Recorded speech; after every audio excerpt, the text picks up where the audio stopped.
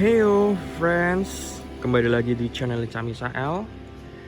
Ya, masih dengan orange juice si CBR 150R lokal motor wibu.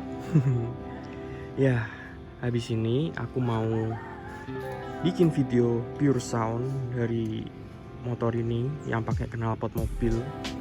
Knalpot mobil udah dari tahun 2017 sampai tahun 2022 sekarang.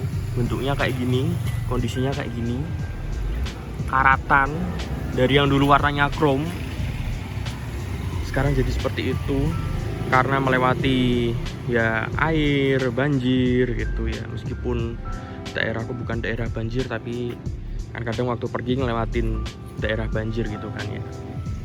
Ya jadi motor ini dengan knalpot mobil menurutku jadi motor satu silinder yang paling enak suaranya, karena tuh bulat terus kenceng, cukup kenceng sih suaranya, tuh berisik banget.